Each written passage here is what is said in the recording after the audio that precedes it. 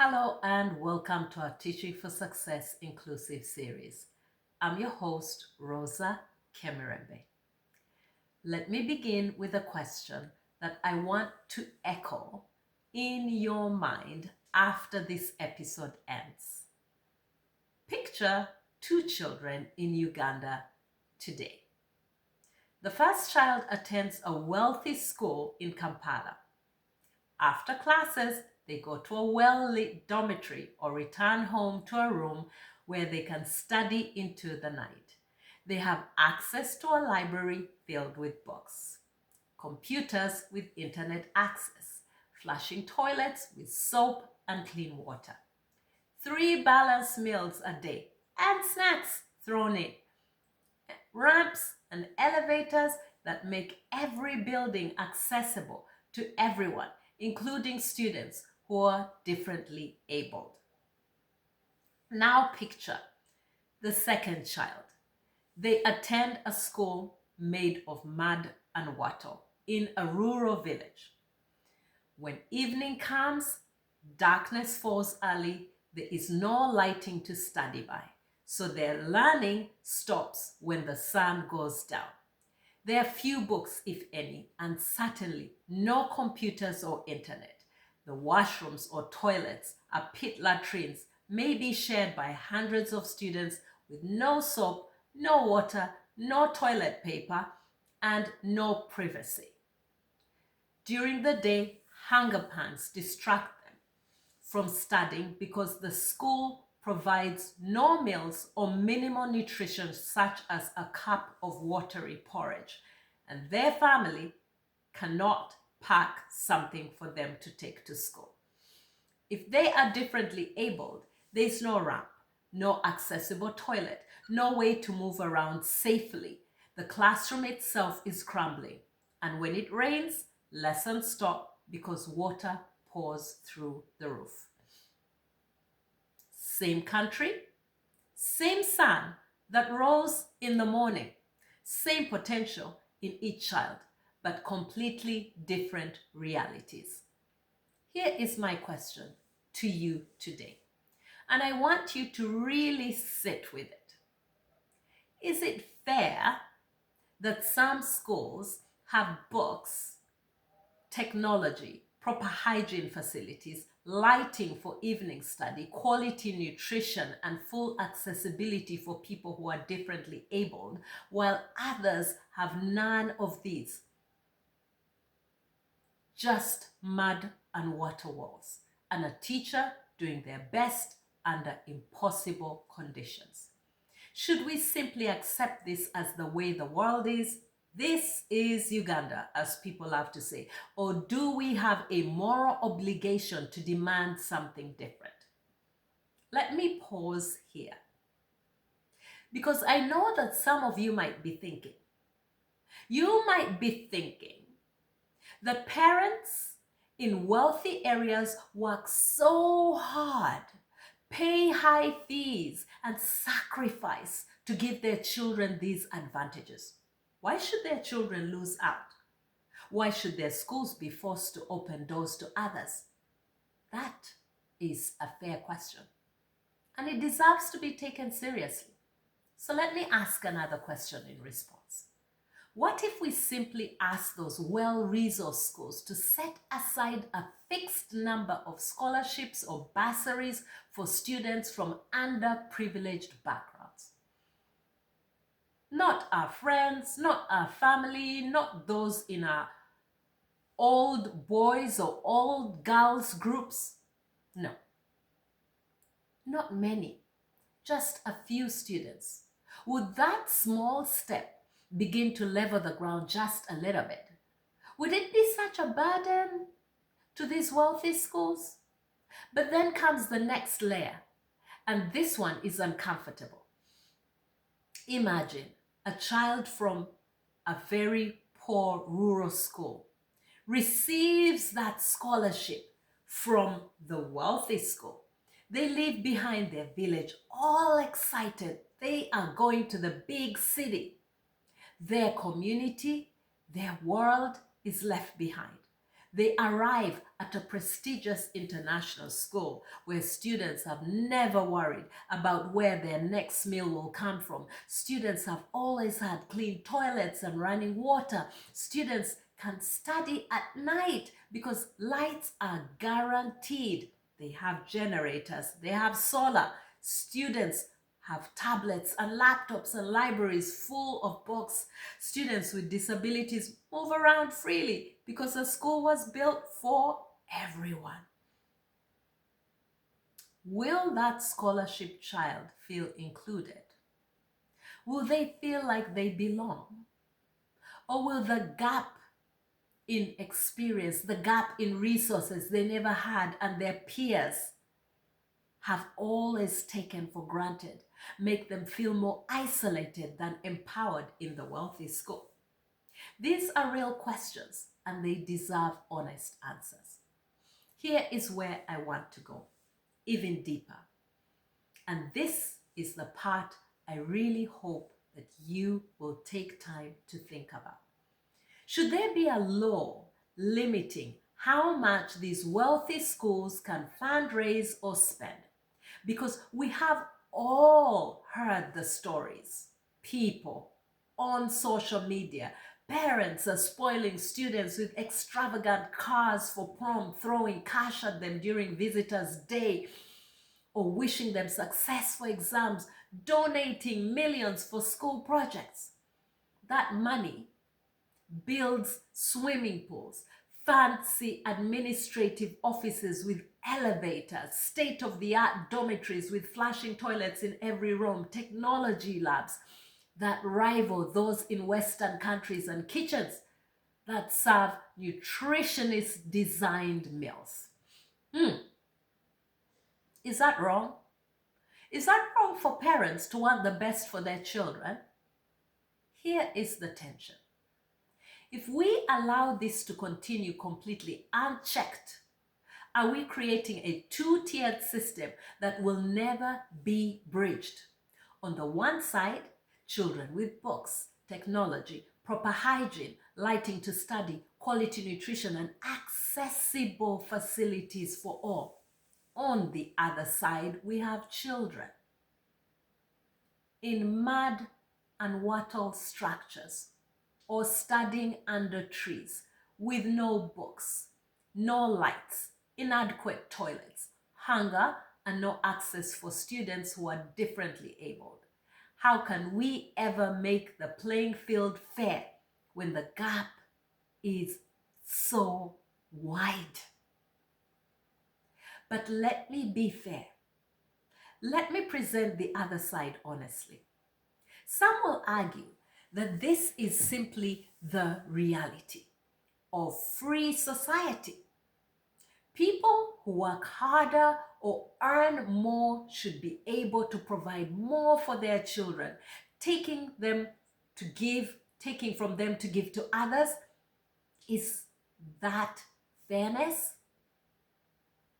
Is it fair to take from them to give to others? Is it punishment for their success? And they have a point.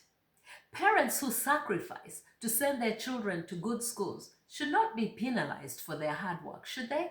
No, they shouldn't. Others will argue that forcing integration or imposing limits on fundraising would drive the wealthy to create even more exclusive spaces, perhaps homeschooling networks or underground schools that would be even harder to regulate or harder to influence. The problem might get worse, not better. And still, others will point out that children from poor schools might genuinely struggle in a wealthy school environment, not because they're less intelligent, but because the culture shock, the social gap, the emotional weight of being the scholarship kid. This could harm their confidence and mental health more than it helps their education. Is it fair to put that burden on a child? That's the other side of the coin. These are valid concerns. They are not dismissible. They deserve to be part of this conversation. And yet, Let me ask you this. The child in the poor school, the one who cannot study after dark because there is no light, the one whose empty stomach rumbles through morning lessons, the one who has never held a book that wasn't torn and shared by 10 other students, the one using a pit latrine that is unsafe and unhygienic, the one with a disability who cannot even enter the classroom because there is no ramp. Does that child deserve less? Did they choose to be born where they were? Did they choose poverty? Did they choose to be differently abled? We did not choose our starting points in life. None of us did. We did not choose the families that we were born into. We did not choose our parents. Here is what I believe. The unfairness is not just about the poor schools, it's about everything. Those schools represent an everything they cannot hold. It is about books. A child without books is a child whose imagination is capped, whose knowledge is limited, whose potential is restrained before it can even stretch. It's about technology. A child without a computer or internet in 2026 is a child locked out of the modern world, unable to access the same information as their peers, unable to develop the same skills.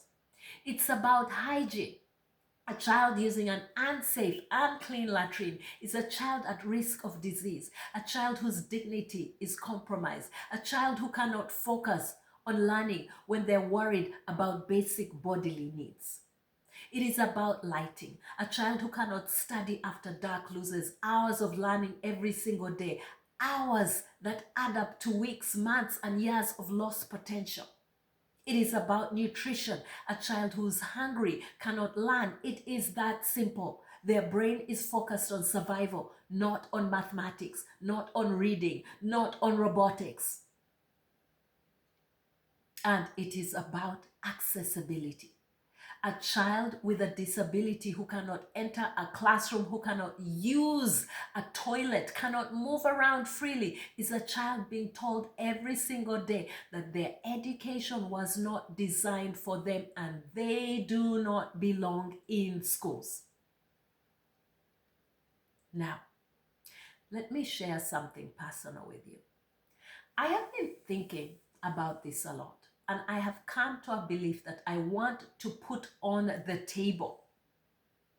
Listen, I believe that schools which are wealthy, schools with books to spare, with technology, with proper facilities, should intentionally use some, not all, some, just a little bit of their resources to support neighboring struggling schools, not as a charity that humiliates, but as a partnership that elevates. Collaborate.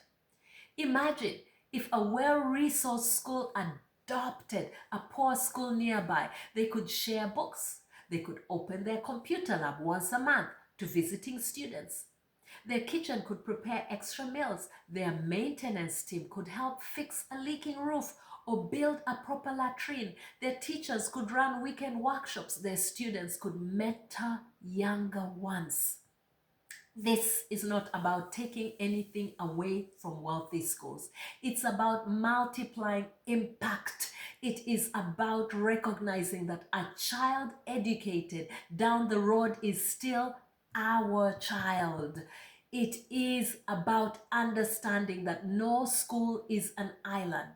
The quality of education in the poor schools affects your safety, our economy, the future of everyone, including the wealthy families in their gated communities. Those people who don't have an education, they will be coming into your homes to steal your things. They will. They will be cheating you at every opportunity that they can just to survive. Collaboration in education is not just a nice idea. It is essential if we look beyond ourselves and ask what will have a bigger national impact. We have to look beyond ourselves, beyond our own lives, beyond our own families. A swimming pool for one school or a library for 5 schools? Which would have more impact? Elevators in one building or accessible latrines in 10 villages? A technology lab for a few hundred students or computer access for thousands of students? When we hoard resources, we shrink our national potential. When we share them strategically, we expand it. I am not saying that wealthy schools should be forced or shamed. I am saying we should ask them to consider, to look at their budget and ask, could 5% of our fundraising this year go towards supporting a school that has nothing? Could our Parents Association adopt a community project, adopt a school? Could our students learn more about Uganda by building relationships with students in different circumstances from their own than by building another facility we do not truly need? That is a want, not a need. Because here is the truth. The child in the mud and water school today might be the nurse who saves your life tomorrow. The boy with no light to study might be the engineer who designs your city, gets rid of that flooding in the city. The girl with no books might be the teacher of your grandchildren. We are all connected. Their success is our success. Their failure is our failure. So what can we do about this in Uganda? Where can we even begin? Talking is cheap. Talk is cheap. What can we do? If you have a sacrificial resource, and remember, sacrificial resources do not have to always be money. When we think of giving, we always think money. No. Whether it is money, books, your time, your energy, your advice, your voice, where should it go? Do you support the struggling school in the village that has mud and water walls and no books and no lights and no pit latrines and no meals and no access for disabled students? Do you advocate for partnerships with your voice between wealthy and struggling schools? Do you challenge your own school or your own children's school to look beyond their own gate? Do you? Every choice matters. Every time we accept this inequality as normal, every time we look away, every time we say that is just how things are, we are deciding that some children matter less. We are deciding that their potential is disposable. When we leave children behind in poor schools with no resources, we are not just hurting them, we are hurting ourselves. We are shrinking the pool of innovators, problem solvers, doctors, teachers, engineers.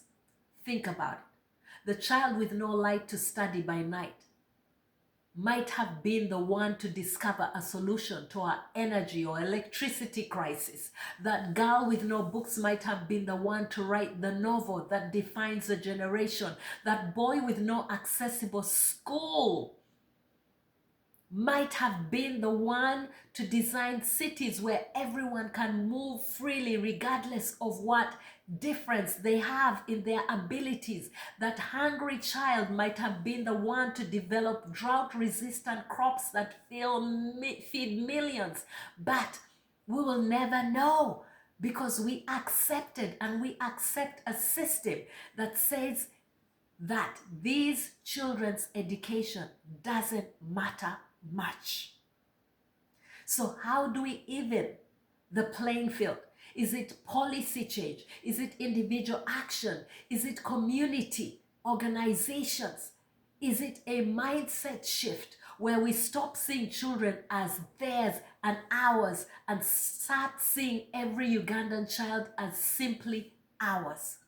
I do not pretend to have the answers, but I know that silence is not the answer. I know that doing nothing is a choice, and it's a choice that has consequences and that will negatively impact our own lives. Here is what I believe we must do.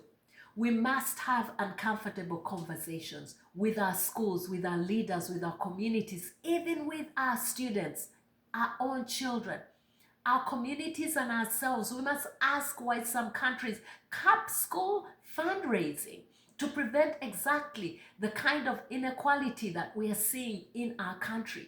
We must ask whether our national pride can truly grow when half of our children are educated in poor structures with no books, no lights, inadequate toilets, hunger, no access for disabled students, while others enjoy every single resource imaginable.